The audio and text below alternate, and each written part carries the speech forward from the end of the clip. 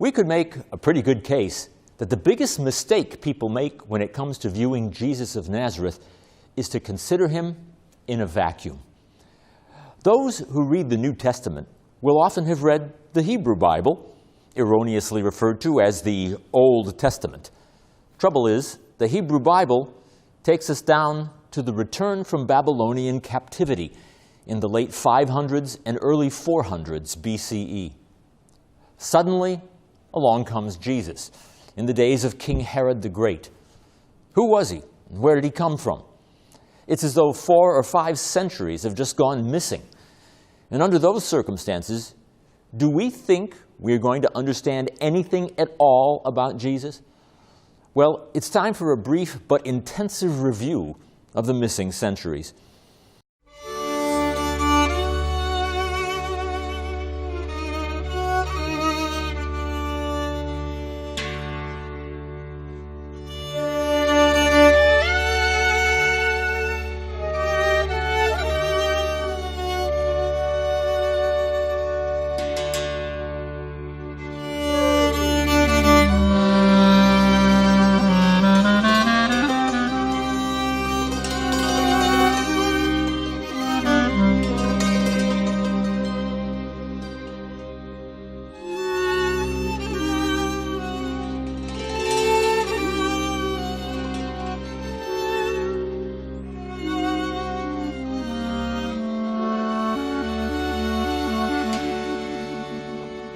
According to the Hebrew Bible, there was an ancient Israelite kingdom, galvanized under the great king known as David, who came to power around 1000 BCE.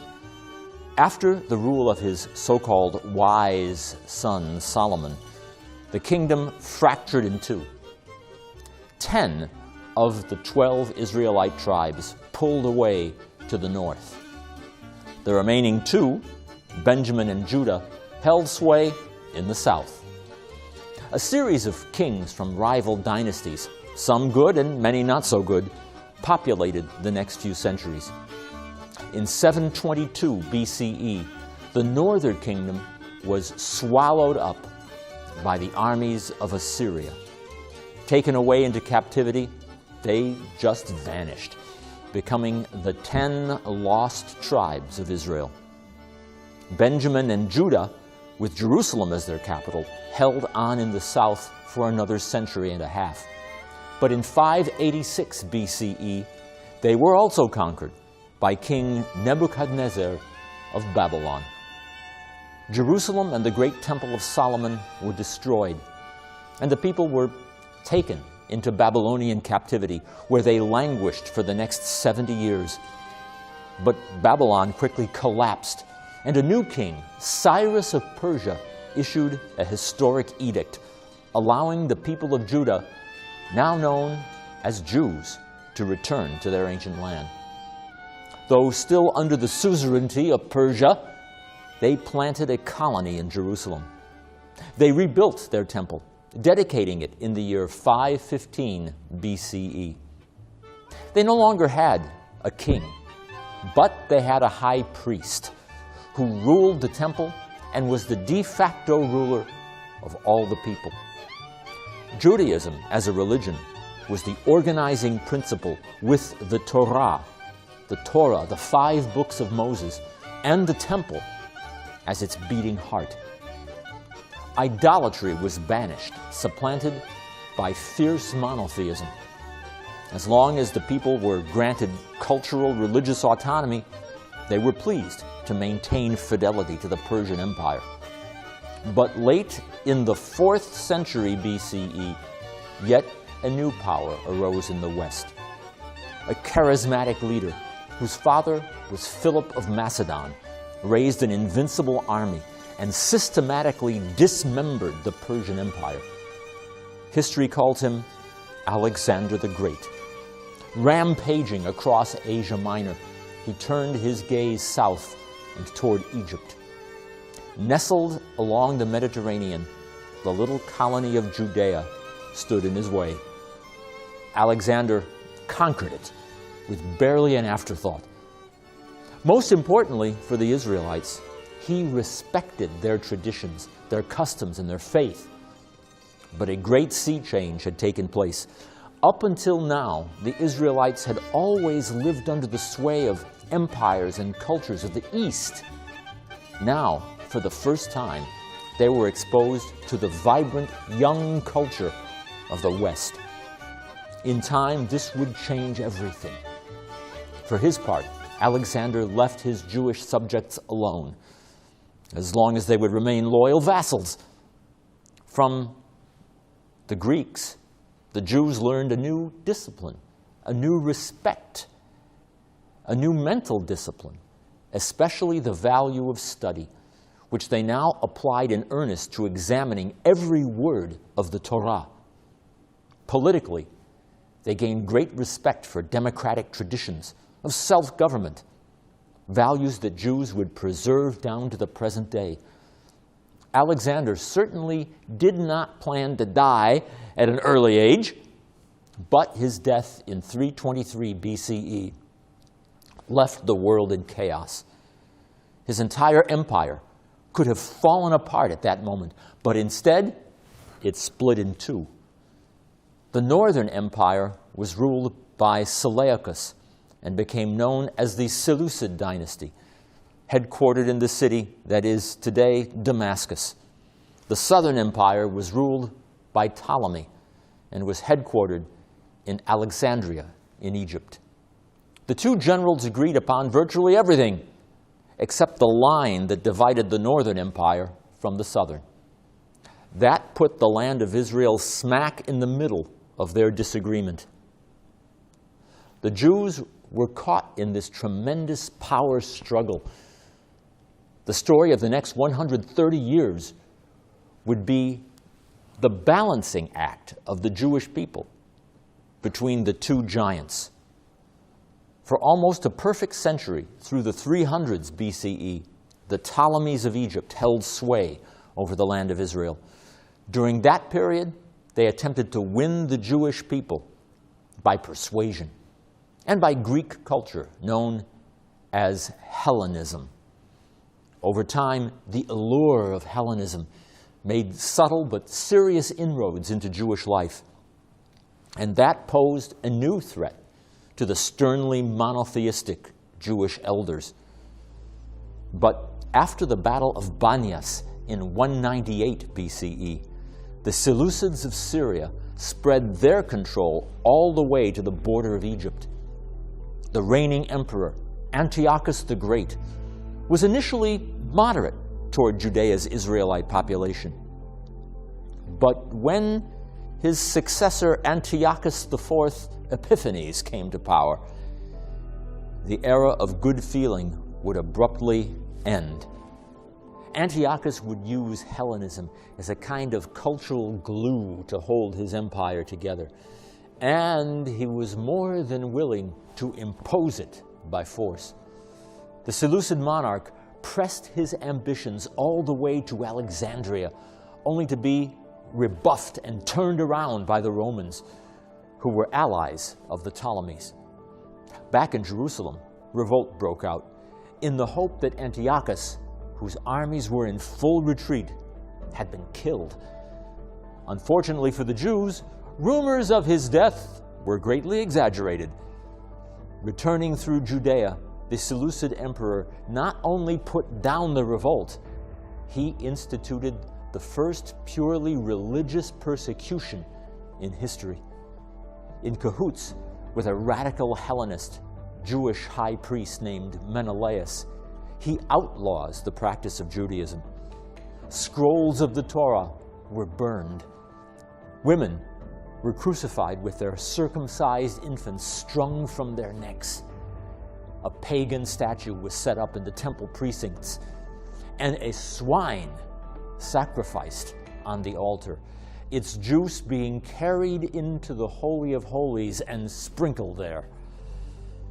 The book of Daniel refers cryptically to Antiochus Epiphanes as Hashikutz Hashomim, the abomination who makes desolate. There is one way that Jews may escape the persecution. A Seleucid emissary is sent through every village and town in the land, ordering the local population to consume swine flesh, thereby disavowing all allegiance to Judaism. In one such town called Modi'in, near the border of Samaria, a local Jewish priest is carrying a swine to the altar when an elderly fellow priest named Mattathias becomes filled with rage, grabs a spear and runs him through. He summons his 5 sons to his side, calls for a great insurrection against Seleucid oppression, and he cries out to the whole town. Though all the nations that are under the king's dominion obey him, and fall away every one from the religion of their fathers, and give consent to his commandments, yet will I and my sons and my brethren walk in the covenant of our fathers. God forbid that we should forsake the law and the ordinances. We will not hearken to the king's word to go from our religion, either on the right hand or on the left. Let all those who are fervent for the law and faithful to the covenant follow me. Antiochus responds with fury and brutality, dispatching army after army to put it down. The eldest son, named Judah, takes the helm, striking hammer blows into the flanks of the enemy. It just so happens that the Hebrew word for hammer is makevit, which becomes, in popular parlance, Maccabi. Maccabi. The word is also an acrostic representing the verse in Psalms that reads, Mi kamocha ba'elim Hashem. Who is like you, O Lord, among the gods? The Maccabean revolt has been launched. Fighting alongside the Maccabees are a group of deeply religious Jewish zealots known as Hasidim, the pious ones. While they share the same name with the black-coated Hasidic Jews of later centuries, they are a distinct and truly ancient sect of Israelite pietists, known for cultivating an intimate relationship with God. Was Jesus perhaps one of these ancient Hasidic Jews? The band of Hasidim is not long to be left unnoticed. Somehow their whereabouts are compromised, and a contingent of Syrian troops advance on the caves. They attack deliberately on the Sabbath day, and the Hasidim within refuse to fight back. "Let us all die guiltless," they declare. "We call heaven and earth to witness that you destroy us unlawfully." So we read in 1 Maccabees 2:37. Hurling firebrands into the dark recesses, the Syrians burned to death many of the hapless defenders. So they attacked them on the Sabbath, and they died, with their wives and their children and their cattle, to the number of 1,000 people. So we read.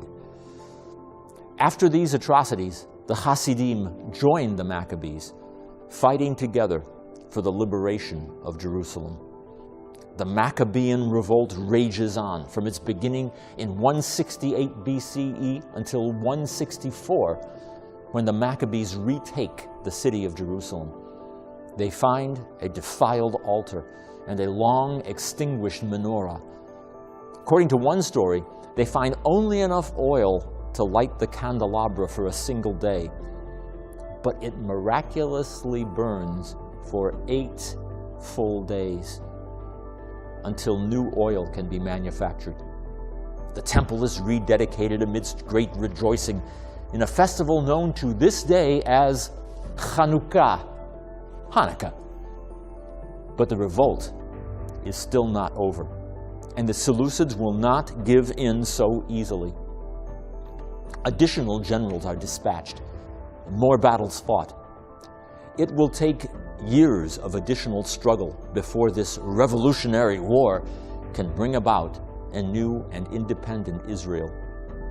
In the interim, one of the 5 Maccabee brothers, Jonathan, comes to the helm of leadership. Using the internal rivalries that erupt in the Syrian ranks to assume for himself the mantle of the high priesthood. Trouble is, he's not of the right priestly family to become high priest. According to Israelite law, that honor is reserved for members of the family of Tzadok. Jonathan is of the house of Chashmon, a Hasmonean.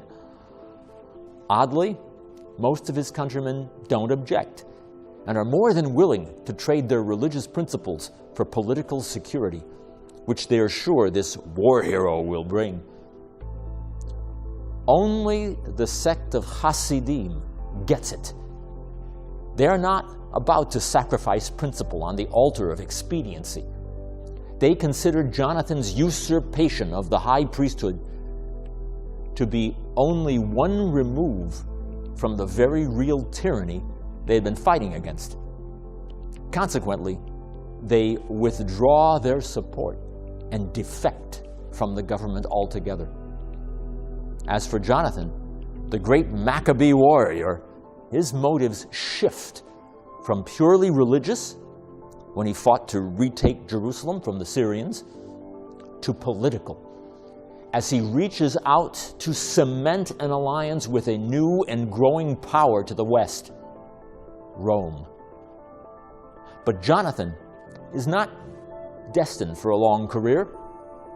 He's kidnapped and subsequently murdered in continuing rumbles with his Seleucid foes. In his place, another Maccabee, Simon, will take absolute power, not only as high priest, but king. This is double tyranny in the minds of some. Not only is he a Hasmonean and therefore from the wrong family to be high priest, he isn't from the line of David and therefore is on the throne illegitimately. The society starts to come unglued. At some point, a newly formed renegade sect heads east into the Judean desert to create an alternate society, so to speak, on the shores of the Dead Sea, eagerly awaiting divine rescue by the promised Messiah. They are known as the Essenes, and their claim to fame is the literary product they produce, an enormous cache of documents that have come to be called the Dead Sea Scrolls. These texts comprise the oldest copies of the Hebrew Bible known in all the world, as well as hundreds of additional texts and assorted parchments, including their own rule books on how their sect should be organized politically. Lording over the community and presiding over its assemblies is a supreme teacher called the guardian, or overseer. It is he who examines every potential member for entrance into the community, while another officer called the bursar supervises the group's finances and property, which is held in common.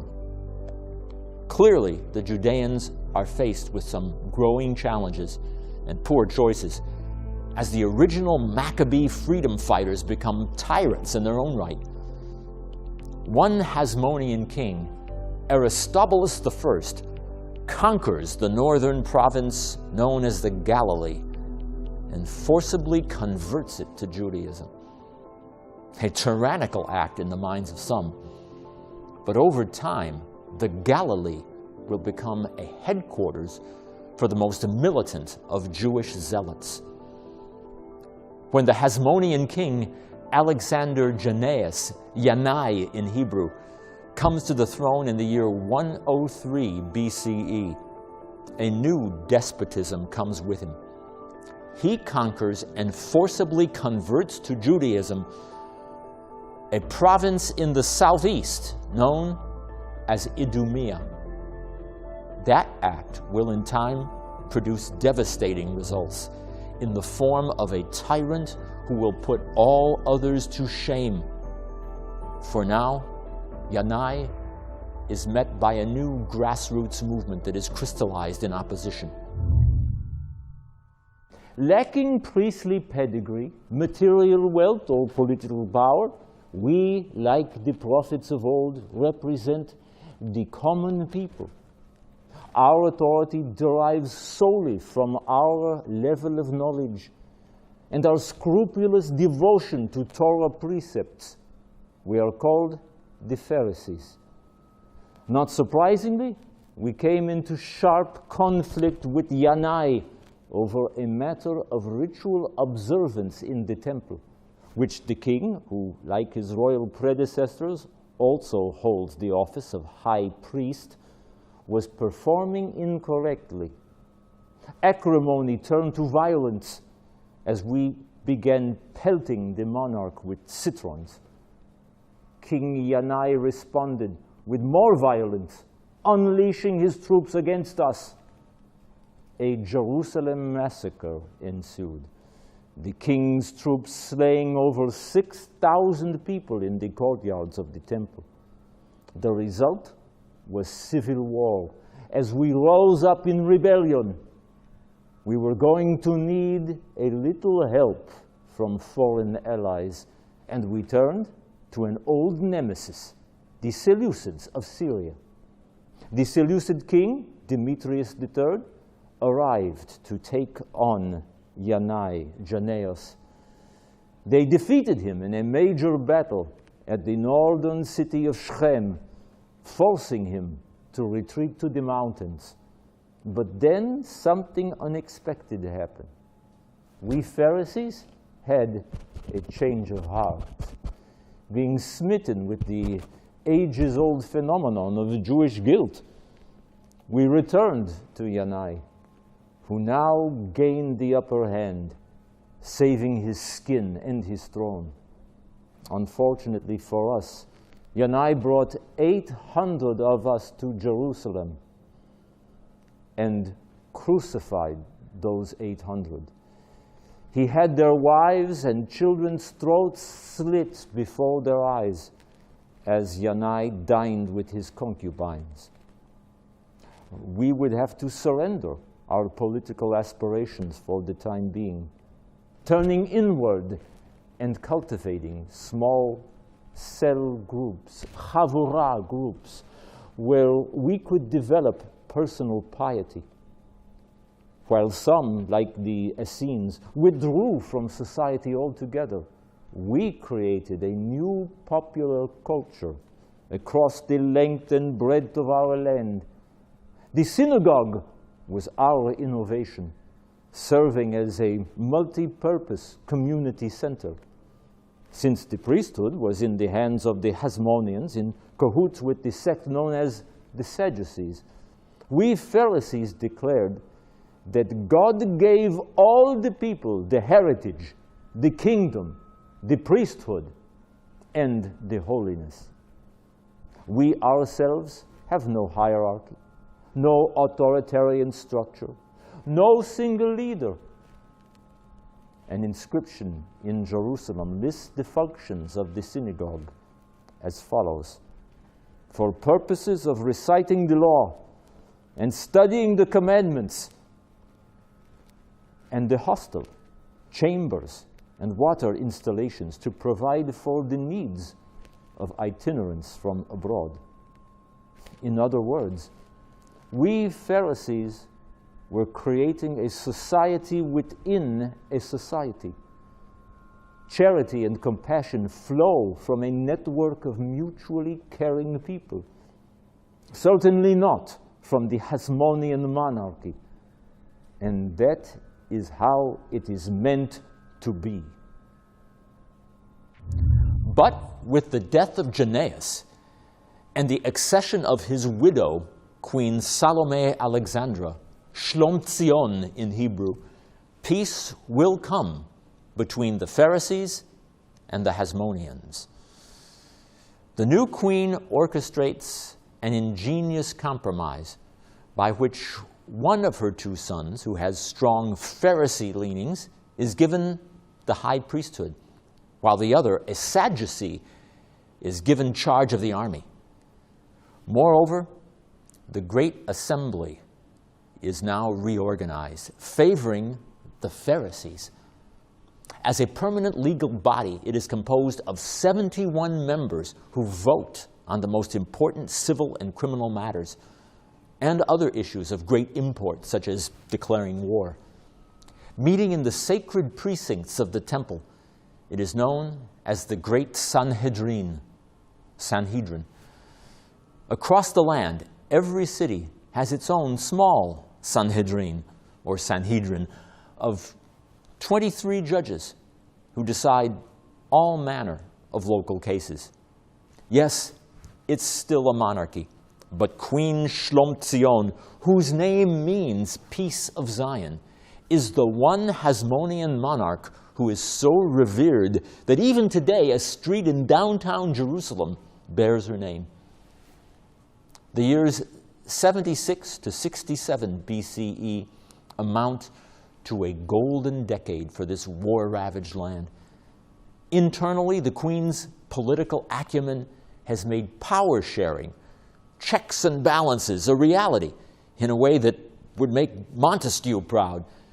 She increases the size of the military while leaving social welfare to those closest to the people and best suited to caring for them, the Pharisees. Unfortunately, her death will bring on strong rivalry between her two sons, Aristobulus II and Hyrcanus II, whose forces end up in bitter combat with each other. Neither seems aware of the looming threat to the west, Rome. In the year 63 BCE, Pompey the Great, member along with Marcus Licinius Crassus and Julius Caesar of the first triumvirate, comes marauding through the Levant. In short order, a century of Jewish struggle for an independent land with fledgling quasi-democratic institutions comes to an end.